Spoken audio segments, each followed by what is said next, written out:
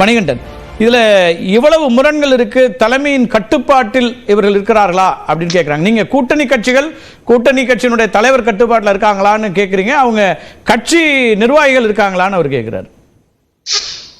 முதல்ல தமிழன் பிரசுதா சொல்றதுக்கு ஒரு சொல்லிடுறேன் கார்த்திகை செல்வன். அதிமுக நல்லா இருக்கிறது இந்த யாரோ நினைவுன்னு ஓனாய் பார்த்தெல்லாம் அவங்க கவலைப்பட வேண்டாம்.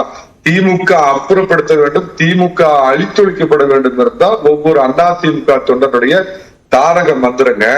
மது ஒழிப்பு மாநாட்டிற்கு அதிமுகவை அழைப்பீர்களா அப்படின்னு கேட்டப்ப அழைப்போம் அப்படிங்கிற மாதிரி சொல்லி கூட ஒரு பதில் சொல்லிட்டு கொஞ்ச நாளையே அந்த பல்ட்டி அடிச்சு திமுகவுல எந்த அரசாங்கம் மதுவை வித்துக்கிட்டு இருக்குதோ அவங்கள போய் கூப்பிட்டு எப்படி அந்த பல்ட்டி அடிச்சாரோ அந்த திருமாவளவன் டிசம்பர் 6ஆம் தேதிக்கும் ஒரு மாத்தி இது பண்றதுக்கு ஒரு மேபி சான்ஸ் இருக்குது அப்படிங்கிறது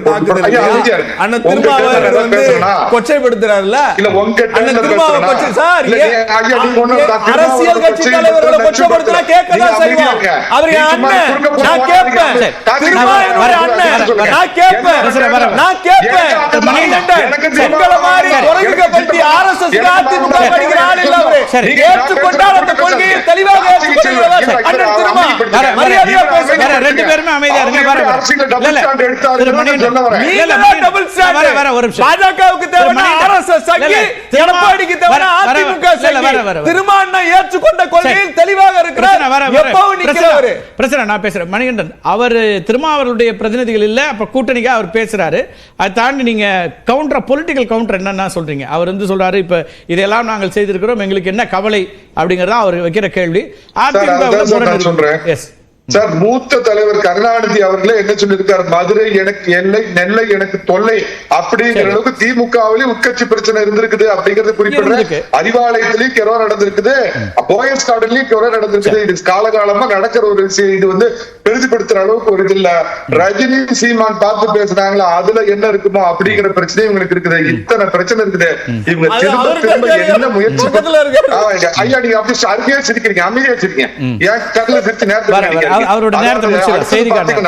இவங்க திரும்ப என்ன பண்றாங்கன்னா, ரவீந்திரன் துரைசாமி சொல்றதுல நான் மாறுபடுறேங்க. நிச்சயமா விஜய் தனியா நிக்க மாட்டார் அப்படின்னு நினைக்கிறேன். திரும்ப திரும்ப தமிழக களத்தை திமுக என்ன பண்ண விரும்புறாங்கன்னு நினைச்சா இங்க திமுக வெர்சஸ் மோடின்னு கொண்டு வரதுக்கு பாக்குறாங்க. அதுக்கு வாய்ப்பே இல்ல. திராவிட மாடலா அவங்க திமுக வெர்சஸ் அதிமுக தான் இருக்கணும்னு சொல்றாங்க.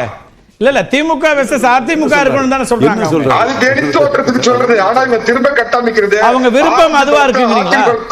ஆரஞ்சு பழத்தை ஆப்பிள் பழமா அவங்க திரும்ப கன்ஃபியூஸ் பண்ணிட்டு இந்த தேர்தலையும் மோடி எதிர்ப்புங்கிறாங்க. அலிம் புகாரி பேசுறப்ப சொன்னாங்க கொள்கை ரீதியான சனாதானத்தை பத்தி காங்கிரஸோட கொள்கை என்ன, திமுகவோட கொள்கை என்ன, இடபிள்யூஎஸ் பத்தி கம்யூனிஸ்ட் கொள்கை என்ன, காங்கிரஸ் கொள்கை என்ன.